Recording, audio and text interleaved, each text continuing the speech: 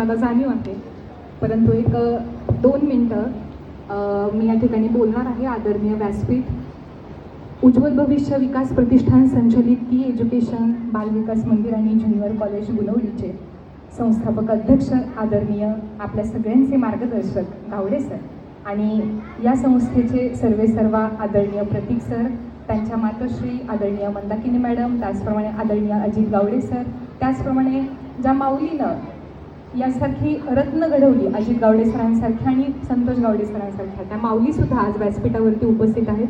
त्यांनाही मी माझा नमस्कार करते.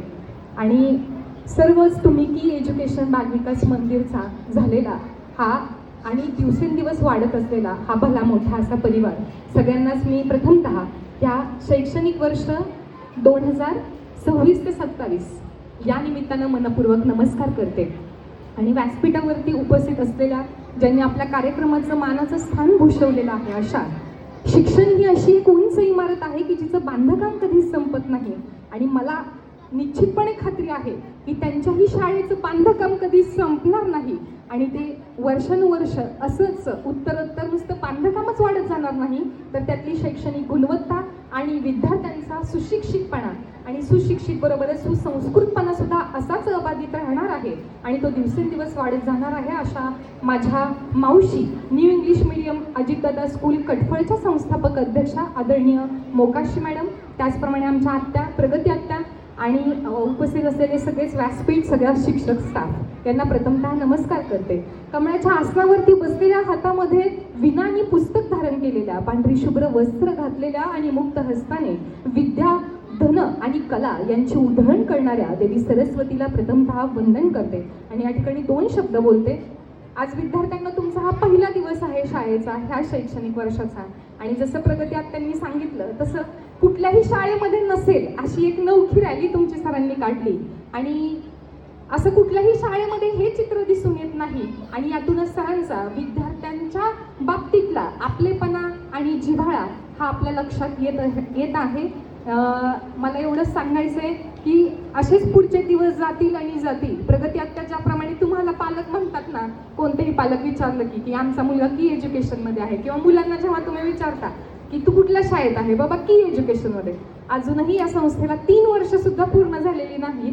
मला असं वाटतं की जेव्हा आपण एक 15 ते 20 वर्षाचा कार्यकाल जाऊ द्या, जेव्हा आपण पालकांना किंवा त्या मुलाला विचारू ना की तू अधिकारी झालायस बाबा, आज ह्या पोस्टवर आहेस बाबा, तू कोणत्या शाळेमध्ये शिकलास, निश्चितच त्याच्या तोंडातून उत्तर आल्याशिवाय राहणार नाही की मी की एज्युकेशन बाल विकास मंदिरचा विद्यार्थी आहे किंवा मी न्यू इंग्लिश मीडियम अजितदादा स्कूलचा विद्यार्थी आहे. इतकं सुंदर कार्य आज ह्या भाऊ बहिणींनी आपल्या ह्या आसपासच्या गावांमध्ये चालवलेलं आहे. आणि निश्चितच तुमच्या शाळेमध्ये दिलेले सुसंस्कार याची पेरणी इतकी छान प्रकारे होत आहे की त्याचा आम्हाला पालकांना घरामध्ये सुद्धा अनुभव येत आहे सर.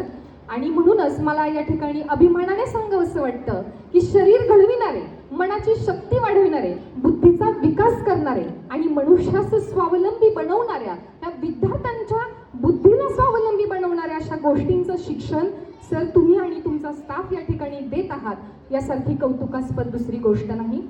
मला या ठिकाणी खूप पालक आहेत, मी सुद्धा एका पालकांच्या भूमिकेमध्ये आज या ठिकाणी आहे. फक्त एक 2 मिनिटाची गोष्ट मला तुम्हाला सांगायची आहे की एक तरुण बागेमध्ये फिरत असतो आणि सकाळचा व्यायाम करत असताना तो सगळा व्यायाम वगैरे आटोपून एका हिरवळीमध्ये शांतपणे बसतो आणि त्याला एका झाडावरती एक चित्र दिसतं की त्या झाडाची फांदी खाल्लेली आहे आणि खाली आलेली आहे आणि त्यातून एक रेशमी किड्याचा कोश, त्यातून एक किडा बाहेर पडण्याची धडपड करत आहे. तो विद्यार्थी काय करतो किंवा तो तरुण काय करतो, तो कोश काढतो तिथला आणि घरी घेऊन येतो. घरी घेऊन आल्यावरती तो टेबलवरती तो रेशमी किड्याचा कोश ठेवतो आणि त्याची अंघोळ वगैरे, नेहारी वगैरे आटोपून तो त्या टेबल जवळ येतो. टेबल जवळ आल्यावरती त्याच्या लक्षात येतं की काहीतरी चित्र आता वेगळंच आहे की त्या कोशातून एक रेशमी किडा, म्हणजे फुलपाखरूच घ्या ना तुम्ही, फुलपाखरू बाहेर पडण्याचा प्रयत्न करत आहे. खूप वेळ तो त्याची धडपड बघतो, 1-2-3 मिनिटं, 4-5 मिनिटं बघतो आणि मग आता त्याला वाटतं की आपण ह्या फुलपाखराला थोडीशी मदत करावी.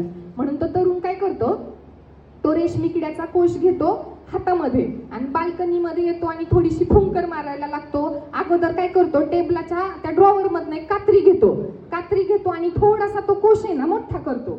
म्हणजे ते जे बीळ पाडत असतं ना ते फुलपाखरू बाहेर येण्यासाठी ते बीळ थोडंसं मोठं करायला लागतो. मग याच्यातून काय होतं, ते फुलपाखरू बाहेर पडतं, परंतु त्याला काही उडता येत नाही आणि ह्या तरुणाला वाटतं आपण ह्याला आणखी मदत करावी. म्हणून तो गॅलरीमध्ये असं हातावरती ते फुलपाखरू घेऊन येतो, थोडीशी फुंकर मारतो. फुंकर मारल्याच्या नंतर न होतं काय, फुलपाखरू तर उडतच नाही, उलट खाली पडतं. आणि हे सगळं त्या तरुणाचं आजोबा म्हणजे त्या मुलाच्या आजोबा सगळं बघत असतात. आजोबा म्हणतात, बाळा तू हे काय करतोय, मग अशापासून झालं मी बघतोय.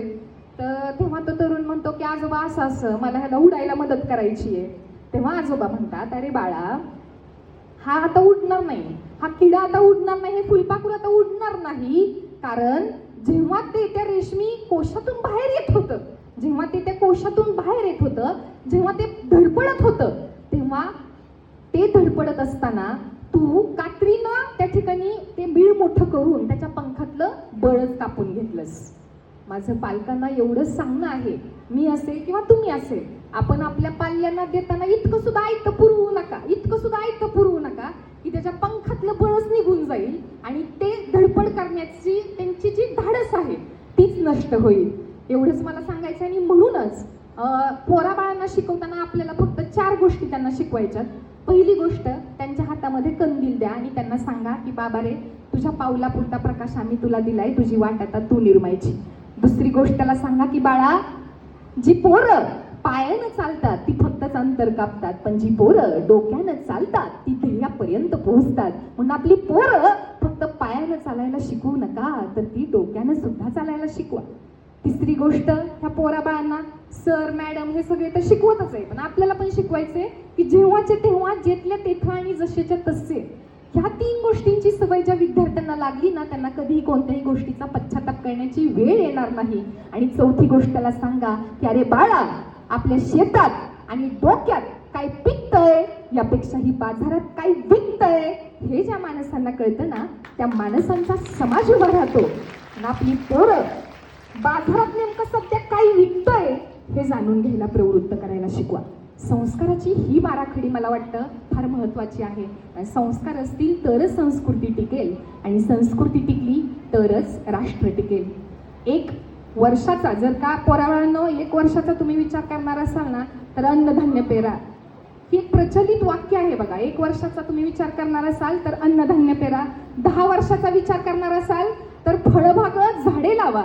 आणि तुम्ही जर का 100 नाही 1000 वर्षांचा पुढचा विचार करणार असाल ना, तर फक्त आणि फक्त ज्ञान घ्या आणि अभ्यासच करा.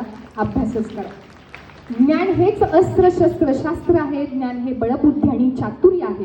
ज्ञान हे धनसंपत्ती आणि ऐश्वर्य आहे.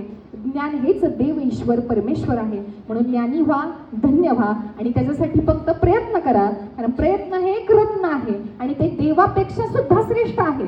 देवासकट सर्व काही मिळवून देण्याचे सामर्थ्य हे फक्त आणि फक्त प्रयत्नात आहे. म्हणून प्रयत्न करत असताना यश आपोआपच मावशी आपल्या मागे येत असतं.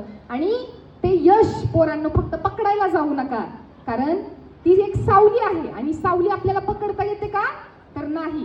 जेव्हा आपण सूर्यप्रकाशाच्या दिशेने जात असतो ना, तेव्हा ती सावली जी असते ना ती आपल्या मागेच येत असते. हा सृष्टीचा अटळ नियम आहे, हे नेहमी ध्यानात ठेवा. या ठिकाणी वेळ खूप होतोय म्हणून शेवटी एवढंच म्हणते, आपल्या या शाळेवरती खूप मनापासून भरभरून प्रेम करा. ही आवडते मज मनापासून ही शाळा, लावी ते लळा ही जशी माऊली बाळा. धन्य धन्य ती शाळा जी देशासाठी आणि आपल्या समाजासाठी तयार करीते बाळा, जी देशासाठी तयार करीते बाळा. एकदा आपल्या सुंदर अशा ह्या स्कूलसाठी जोरदार टाळ्या वाजल्या पाहिजे. उडत्या पाखरांना परतीची तमाण असावी, नजरेत सदा नवी दिशा असावी. घरटे काय अहो बांधता येईल केव्हाही, पण क्षितिजाच्या पलीकडे सुद्धा झेप घेण्याची जिद्द असावी. आणि म्हणून या अकॅडमिक इयरच्या सुरुवातीला सर्व शिक्षक स्टाफला, आमच्या पालक वर्गांकडून पण शुभेच्छा देताना मी एवढंच म्हणते की शिखरे यशाची सर तुम्ही करीत राहावी, कधी मागे वळून पाहता शुभेच्छा आमुची स्मरावी. तुमच्या इच्छा आकांक्षांचा वेलू गगनाला भिडू दे. देव करो आई जगदंबेच्या कृपा आशीर्वादानं आणि गुणवडी गावचे ग्रामदैवताच्या आशीर्वादानं तुमच्या सगळ्यांच्या आयुष्यामध्ये सगळं काही मनासारखं घडू देत, मनासारखं घडू देत. धन्यवाद. आज मला बोलायची संधी दिल्याबद्दल सर आभारी आहे. धन्यवाद.